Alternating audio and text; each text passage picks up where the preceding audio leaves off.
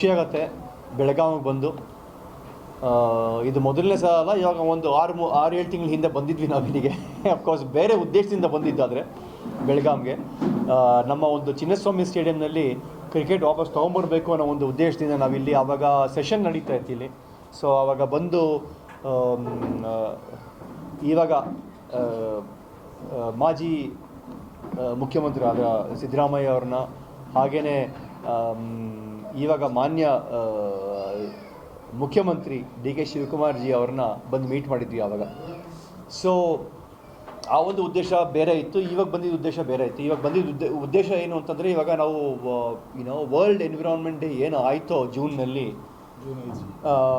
So ಹಾಗಾಗಿ ಆ ಒಂದು ಸಲುವಾಗಿ ನಾನು ಬಂದಿರೋದು ಇಲ್ಲಿಗೆ. ಪರಿಸರ ದಿನಾಚರಣೆ ಆಚರಿಸ್ತಾ ಬಂದಿರೋದು ಇಲ್ಲಿಗೆ, ಈ ಸ್ಕೂಲ್ಗೆ. ನಮ್ಮ ನನ್ನ ಜೊತೆ ಇಲ್ಲಿ ನನ್ನ ಎಡಗಡೆ ವಾದಿರಾಜ ಪಾಟೀಲ್ ಅವರು ಕೂತಿದ್ದಾರೆ. ಏನಂದ್ರೆ ವಿಲಾಸ್ ಜೋಶಿ ಅವರು ಇದ್ದಾರೆ. ಮತ್ತು ಹಾಗೆಯೇ ನಮ್ಮ ಅವಿನಾಶ್ ಪೋದಾರ್ ಜಿ ಅವರಿದ್ದಾರೆ.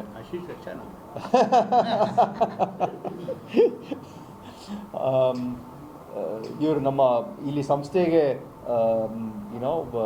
Not just heading this institution society ಮಾತ್ರನೇ ಅಲ್ಲ, ಒಂದು ಬೆಳಗಾಂ ಎಜುಕೇಷನಲ್ ಸೊಸೈಟಿ ಮಾತ್ರನೇ ಅಲ್ಲ, ಕ್ರಿಕೆಟ್ನ ಕೂಡ ಇಲ್ಲಿ ಹೆಡ್ ಮಾಡ್ತಾ ಇದ್ದಾರೆ ಅವಿನಾಶ್ ಪೋದಾರ್ ಅವರು. ಸೊ ಹಾಗಾಗಿ ಒಂಥರ ತುಂಬ ಖುಷಿ ಆಗುತ್ತೆ ಸರ್, ತಮಗೂ ಅಷ್ಟೇ, ಎಲ್ಲರಿಗೂ. ಇಲ್ಲಿ ಎಲ್ಲ ಗಣ್ಯ ವ್ಯಕ್ತಿರು ಇರೋರಿಗೆಲ್ಲರಿಗೆ ನಮಸ್ಕಾರಗಳು. ಸೊ ಹಾಗೆ ಹೇಳ್ತಾನೆ, ಇಲ್ಲಿ ಅಫ್ಕೋರ್ಸ್ 100 ವರ್ಷ ಆಗಿದೆ ಅಂತಂದರೆ ಇದು ಸಾಮಾನ್ಯವಾದಂಥ ಒಂದು ಅಚೀವ್ಮೆಂಟ್ ಅಲ್ಲ. ನಮ್ಮ ಅವಿನಾಶ್ ಅವ್ರು ಹೇಳಿದ್ರು, ಇವರೆಷ್ಟು ಎತ್ತರಕ್ಕೆ ನಾವು ಬೆಳೆಯೋಕ್ಕಾಗಲ್ಲ ಅಂತ ಹೇಳಿದ್ರು. Sir, not only achievements also sir, nothing like ನಾನು ಹೇಳೋಕ್ಕೆ ಏನು ಇಷ್ಟಪಡ್ತೀನಿ ಅಂತಂದರೆ, ನೀವು ಎಷ್ಟೇ ದೊಡ್ಡವರಾಗ್ಬೋದು, ಎಷ್ಟೇ ದೊಡ್ಡ ಮನುಷ್ಯರಾಗ್ಬೋದು, ಆದರೆ ಎಜುಕೇಷನ್ಸ್ ಇದೆ ನೋಡಿ, ನೀವು ಈ ಪಾಠ ಏನು ಹೇಳ್ಕೊಡ್ತೀರ ನೋಡಿ, ಅದ್ರ ಹತ್ರ ಬರೋದಕ್ಕಾಗೋದೇನು.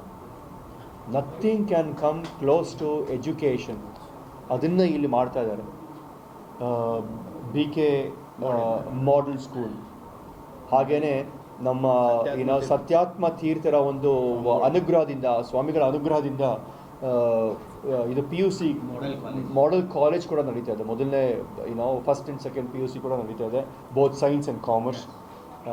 ಸೊ ಹಾಗಾಗಿ ನನಗೆ ಈ ಒಂದು ಕಾರಿಡಾರ್ನಲ್ಲಿ ಬರ್ತಾ ಇರಬೇಕಂದ್ರೆ ನಮ್ಮ ಸ್ಕೂಲು ನಮ್ಗೆ ಬಂತು. ಸರ್, ಇದೇ ಥರ ಒಂದು ಸ್ಕೂಲ್ನಲ್ಲೇ ಓದಿದ್ದು ನಾನು. ನಮ್ಮ ಸ್ಕೂಲ್ನಲ್ಲೂ ಇವಾಗ ಒಂಥರ ಹೈಟೆಕ್ ಸ್ಕೂಲ್ಗಳೆಲ್ಲ ಬಂದಿದೆ ಇವಾಗ, ಆ ಥರ ಸ್ಕೂಲ್ ಓದಲಿಲ್ಲ ನಾನು. ಸೊ ಒಂಥರ ಇವಾಗ ಕಂಪ್ಯೂಟರ್ಗಳನ್ನ ಹೇಳ್ಕೊಡ್ತಾರೆ, ಸ್ಲೈಡ್ಸ್ ಹಾಕಿ ತೋರಿಸ್ತಾರೆ. ಇಲ್ಲ, ನಮ್ಮದು ಅಷ್ಟೇ, ಸೇಮ್ ಸ್ಲೇಟು ಬಳಪ ಅದರಲ್ಲೇ ಹೇಳ್ಕೊಟ್ಟಿದ್ದು. ಇದೇ ಥರ ನಮ್ಮದು ಡೆಸ್ಕ್ಗಳೆಲ್ಲ ಇದ್ದಿದ್ದು, ಬೆಂಚ್ಗಳೆಲ್ಲ ಇದ್ದಿದ್ದು ಇದೇ ಥರ. ಹಾಗೆಯೇ ನಮ್ಮ ಒಂದು ಗ್ರೌಂಡ್ ಕೂಡ ಇದೇ ಥರ ಇತ್ತು. ನನಗೆ ನಮ್ಮ ಸ್ಕೂಲ್ ಜ್ಞಾಪಕನೇ ಬಂದಿದ್ದು ನನಗೆ ಇಲ್ಲಿಗೆ ಬರ್ತಾ ಇದ್ದಾಗ. ಸೊ ಒಂಥರ ಈ ಒಂದು ವಾತಾವರಣದಲ್ಲಿ ಬೆಳೀತಾರೆ ನೋಡಿ ಹುಡುಗರು. ನಿಜವಾಗ್ಲೂ ಅವರು they are very down to earth. ಅವರ ಕಲ್ಚರ್ಗೆ ತುಂಬ ಕ್ಲೋಸ್ ಆಗಿರ್ತಾರೆ. ಯಾವುದನ್ನೇ ಒಂಥರ they don't take it for granted. ಯಾವುದನ್ನೇ ಅವರು ಈಜಾಗಿ ಸಿಗತ್ತೀವೋ ಅಂತ ಅಂದ್ಕೊಳ್ಳೋದಿಲ್ಲ. ಸೊ ಈ ಥರ ವಾತಾವರಣ ಇದ್ರೆ ಚೆನ್ನಾಗಿರೋದು ನಂಗೆ ತಿಳಿದಂಗೆ. ಇಂಥ ಒಂದು ವಾತಾವರಣದಲ್ಲಿ ಓದಿ ಕಲಿತು ಮುಂದೆ ಬರ್ತಾರೆ ನೋಡಿ, ಅವ್ರು ಯಾವಾಗಲೂ ಇದನ್ನು ಜ್ಞಾಪಿಸ್ಕೊಳ್ತಾ ಇರ್ತಾರೆ ಈ ಥರ. ಸೊ ನಾನು ಯಾವ ಥರ ಜ್ಞಾಪಿಸ್ಕೊಳ್ತಾರೆ ನಮ್ಮ ಸ್ಕೂಲ್, ನಾನು ಇವಾಗ ಅವಾಗ ಹೋಗ್ತಾ ಇರ್ತೀನಿ ನಮ್ಮ ಸ್ಕೂಲ್ಗೆ. ಸೊ ಇದೇ ಥರ ಇರುತ್ತೆ. ಸೊ ಹಾಗೆ ಹೇಳ್ತಾನೆ, ಇಲ್ಲಿ ತುಂಬ ಖುಷಿ ಆಗುತ್ತೆ ಇಲ್ಲಿಗೆ ಬಂದು ಅಂತ ಹೇಳಿದೆ ಆವಾಗಲೇ. ದೆನ್ ನಾನು ಇಲ್ಲಿಂದ ಆಬ್ವಿಯಸ್ಲಿ ನಾನು ಹುಬ್ಳಿಗೂ ಹೋಗ್ತಾ ಇದ್ದೀನಿ. ಇವಾಗ ಲಾಸ್ಟ್ ಟೈಮು ಇದೇ ಮಾಡಿದ್ವಿ ನಾವು. ಬೆಳಗಾಂಗೆ ಬಂದ್ವಿ, ನಾವು ಬೆಳಗಾಂ ಗ್ರೌಂಡ್ಗೆ ಹೋದ್ವಿ, ಇಲ್ಲೆಲ್ಲ ಮುಗಿಸ್ಕೊಂಡು ಮೀಟಿಂಗ್ಸ್ ಎಲ್ಲ ಮುಗಿಸ್ಕೊಂಡು ಅದಾದಮೇಲೆ ನಾವು ಹುಬ್ಳಿ ಕೂಡ ಹೋದ್ವಿ ನಾವು. ಸೊ ಇವತ್ತು ಅದನ್ನೇ ಮಾಡ್ತಾಯಿದ್ದೀನಿ. ಹುಬ್ಳಿಗೆ ಹೋಗೋ ಕಾರಣ ಏನು ಅಂತಂದರೆ, ಅಲ್ಲಿ ನಮ್ಮ ಒಂದು ಮಹಾರಾಜ ಟ್ರೋಫಿ KSCA T20 ಅದು ಲಾಂಚ್ ಮಾಡಿದ್ವಿ ನಾವು, ಮೊನ್ನೆ ಲಾಂಚ್ ಮಾಡಿದ್ವಿ ನಾವು. ಆ ಒಂದು ಟೂರ್ನಮೆಂಟ್ ಲಾಂಚ್ ಮಾಡೋದಕ್ಕೆ, ಅನ್ವೀಲ್ ಮಾಡೋದಕ್ಕೆ ಟ್ರೋಫಿನ ನಮ್ಮ ಜೊತೆ ರಾಹುಲ್ ದ್ರಾವಿಡ್ ಅವ್ರು ಬಂದಿದ್ದರು. ಮತ್ತು ನಿನ್ನೆ ನಮ್ಮದು ಆ್ಯಂಥಮ್, ಮಹಾರಾಜ ಟ್ರೋಫಿ KSCA T20 ಆ್ಯಂಥಮ್ನ ನಾವು ಲಾಂಚ್ ಮಾಡಬೇಕಾಯಿತು. ಅದಕ್ಕೆ ಅನಿಲ್ ಕುಂಬ್ಳೆ ಅವ್ರು ಬಂದಿದ್ದರು.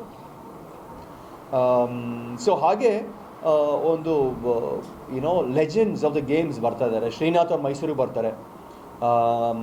ಹಾಗೆಯೇ ಹುಬ್ಳಿ ಇವತ್ತು ಸಾಯಂಕಾಲ ನಮ್ಮದು ಹುಬ್ಳಿನಲ್ಲಿ ಇದು ಬೇರೆ ಇದೆ, ಏನೋ ಪ್ರೆಸ್ ಕಾನ್ಫರೆನ್ಸ್ ಬೇರೆ ಇದೆ. ಹಾಗೆ ನಿಮಗೆ ಇನ್ನೊಂದು ಇದು ನಮ್ಮ ಬೆಳಗಾಮು ಏನೋ ಧಾರವಾಡ ಝೋನ್ನಲ್ಲಿ ನಮ್ಮ ಕ್ರಿಕೆಟಿಂಗ್ ಕ್ರಿಕೆಟಿಂಗ್ ಸರ್ಕಲ್ಸ್ನಲ್ಲಿ ಧಾರವಾಡ ಝೋನಿಗೆ ಬರ್ತಾ ಇರೋದ್ರಿಂದ ನಿಮಗೆ ಒಂದು ಸಂತೋಷ ಸುದ್ದಿ ಏನು ಅಂತಂದರೆ, ಬರೀ ಮಹಾರಾಜ ಟ್ರೋಫಿ ಮಾತ್ರ ಬರ್ತಾ ಇದೆ ಹುಬ್ಳಿಗೆ ಅಂತಲ್ಲ, ಹುಬ್ಳಿನ ಮಣ್ಣಿನ ಮಗ ನಮ್ಮ ಅವಿನಾಶ್ ವೈದ್ಯ ಅವರು ಇವಾಗ ನಮ್ಮ ಇಂಡಿಯನ್ ಟೀಮ್ಗೆ ಮ್ಯಾನೇಜರ್ ಕೂಡ ಆಯ್ಕೆ ಆಗಿದ್ದಾರೆ. ಅವಿನಾಶ್ ವೈದ್ಯ ಸೌತ್ ಝೋನ್ ಕ್ರಿಕೆಟರ್. ನಮ್ಮ ಜೊತೆ ಸಿಕ್ಕಾಪಟ್ಟೆ ಕ್ರಿಕೆಟ್ ಆಡಿದ್ರು, ವಿಕೆಟ್ ಕೀಪರ್ ಬ್ಯಾಟರು, ನಮ್ಮ ಜೊತೆ ಸಿಕ್ಕಾಪಟ್ಟೆ ಕ್ರಿಕೆಟ್ ಆಡಿದ್ರು. ಮತ್ತು ಅವರು ಸೌತ್ ಝೋನ್ ಕೂಡ ಆಡಿದ್ದಾರೆ. ಸೊ ಆಬ್ವಿಯಸ್ಲಿ ಇನ್ನೊಂದು ಹೆಜ್ಜೆ ಇಟ್ಟಿದ್ರೆ ಅವ್ರು ಭಾರತಕ್ಕೂ ಆಡಿರ್ತಾಯಿದ್ರು. ಸೊ ಅದನ್ನು ಎಲ್ಲರಿಗೂ ಮಾಡೋದಕ್ಕೆ ಆಗೋದಿಲ್ಲ, ಅಷ್ಟು ಈಸಿ ಅಲ್ಲ. ನಾನು ಇವಾಗ ಹೇಳ್ಕೊಂಡು ಬರ್ತಾ ಇದ್ದೆ, ನಮ್ಮ ವಾದಿರಾವ್ ಹತ್ರ ಹೇಳ್ತಾ ಇದ್ದೆ, ಈ 1 ಬಿಲಿಯನ್ ಪ್ಲಸ್ ಪಾಪ್ಯುಲೇಷನ್ನಲ್ಲಿ ಒಂದು 330 ಜನ ಟೆಸ್ಟ್ ಪ್ಲೇಯರ್ಸ್ ಇದ್ದಾರೆ ಅಂತಂದರೆ ನಿಮ್ಗೆ ಅಲ್ಲೇ ಅರ್ಥ ಆಗುತ್ತೆ ಎಷ್ಟು ಕಷ್ಟ ಇದೆ ಇಂಡಿಯಾಗೆ ಆಡಬೇಕು ಅಂತ, ಭಾರತಕ್ಕೆ ಆಡಬೇಕು ಅಂತಂದರೆ. ಅದು ಟೆಸ್ಟ್ ಮ್ಯಾಚ್ ಆಡಬೇಕು ಅಂತಂದರೆ, ನಾನು ಇನ್ನೊಂದ್ಸತಿ ಹೇಳೋಕ್ಕೆ ಇಷ್ಟಪಡ್ತೀನಿ, ಅದು ಟೆಸ್ಟ್ ಮ್ಯಾಚ್ ಆಡೋಕ್ಕೆ ಎಷ್ಟು ಕಷ್ಟ ಆಗುತ್ತೆ ಅಂತ. ನೀವು ಒನ್ ಡೇ ಆಡ್ಕೊಳ್ಬೋದು ಅಥವಾ T20ಗಳು ಆಡ್ಬೋದು, ನಾನು ಭಾರತಕ್ಕೆ ಆಡಿದ್ದೀನಿ ಅಂತ ಹೇಳ್ಬೋದು. ಹೌದು, ಖಂಡಿತ ನೀವು ಯಾವುದೇ ಒಂದು ಫಾರ್ಮ್ಯಾಟ್ನಲ್ಲಿ ರೆಪ್ರೆಸೆಂಟ್ ಮಾಡಿದ್ರೂ ಭಾರತಕ್ಕೆ it is an achievement, no doubt about it. But test match is a test match. ಹೌದು, ಗುಲ್ಬರ್ಗಾಯಿಂದ ಇದೆ ಒಂದು ಟೀಮು. ಸೊ ಹೋಗ್ತಾ ನಾವು ಇನ್ನೂ ಬಹುಶಃ ಆ್ಯಡ್ ಮಾಡ್ಬೋದು. ಲೈಕ್ ಇವಾಗ ಯಾವ ಥರ IPL ಅಲ್ಲಿ 8 ಟೀಮ್ಗಳಿತ್ತು ನೋಡಿ, ಅದಾದಮೇಲೆ ಇವಾಗ 10 ಟೀಮ್ ಆಗಿದೆ. ಸೊ ಹೋಗ್ತಾ ಬಹುಶಃ ಇದು ಒಂಥರ ಚೆನ್ನಾಗಿ ಟೇಕ್ ಆಫ್ ಆದಮೇಲೆ ನಾವು ಬಹುಶಃ ಇನ್ನೊಂದು ಸ್ವಲ್ಪ ಆ್ಯಡ್ ಮಾಡ್ಬೋದು, ಇನ್ನೊಂದು 2, 3, 4 ಆ್ಯಡ್ ಮಾಡ್ಬೋದು, ಗೊತ್ತಿಲ್ಲ ಅದು ಇನ್ನೂ. ಸದ್ಯಕ್ಕೆ ಅದು ಆ ಒಂದು ಯೋಚನೆ ಇಲ್ಲ. ಬಟ್ ಯೋಚನೆ ನನ್ನ ಹತ್ರ ನನಗೆ ಬಂದಿದೆ ಅಂತಲೇ ಯೋಚನೆ, ಆವಾಗಲೇ ಅದು ಬಹುಶಃ ಆಗಬಹುದು ಇನ್ನೊಂದು 2-3 ವರ್ಷದಲ್ಲಿ.